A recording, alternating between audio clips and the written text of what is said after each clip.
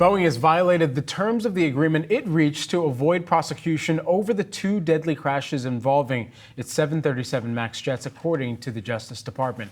Prosecutors now have until July 7th to decide whether or not to file charges against the plane maker.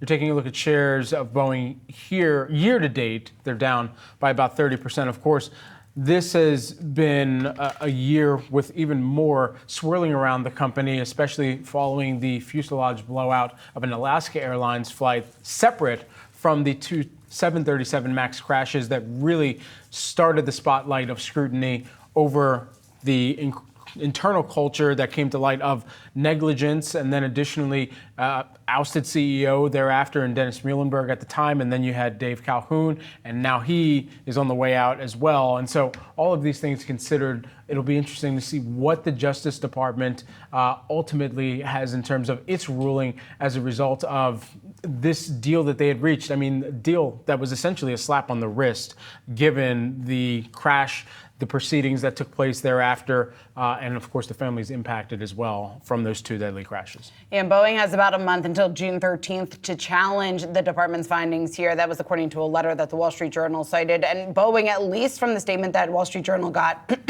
looking to test some of these findings here. They believe that they have honored the terms of the 2021 agreement. No surprise. We obviously expected them to say that, saying that they are going to engage the department with the utmost transparency, as we have throughout the entire term of the agreement, including in response to their questions following the Alaska Airlines 1282 accident. And so again, Boeing standing by what they have done here over the last several months, just in terms of upholding that agreement that they had agreed to back in 2021. But again, I think this just adds even more clouds here that are overhanging here for the stock. When you talk about the fact that analysts largely remaining actually bullish on Boeing, given the current valuation, given the underperformance that we've seen since the start of the year. It's going to come under new management. We are going to get a CEO, and many of the analysts that we have talked to here in Yahoo Finance remain optimistic on Boeing's business going forward. I think the next couple of months might be a bit murky as we do work out the details, as we do get more and more here.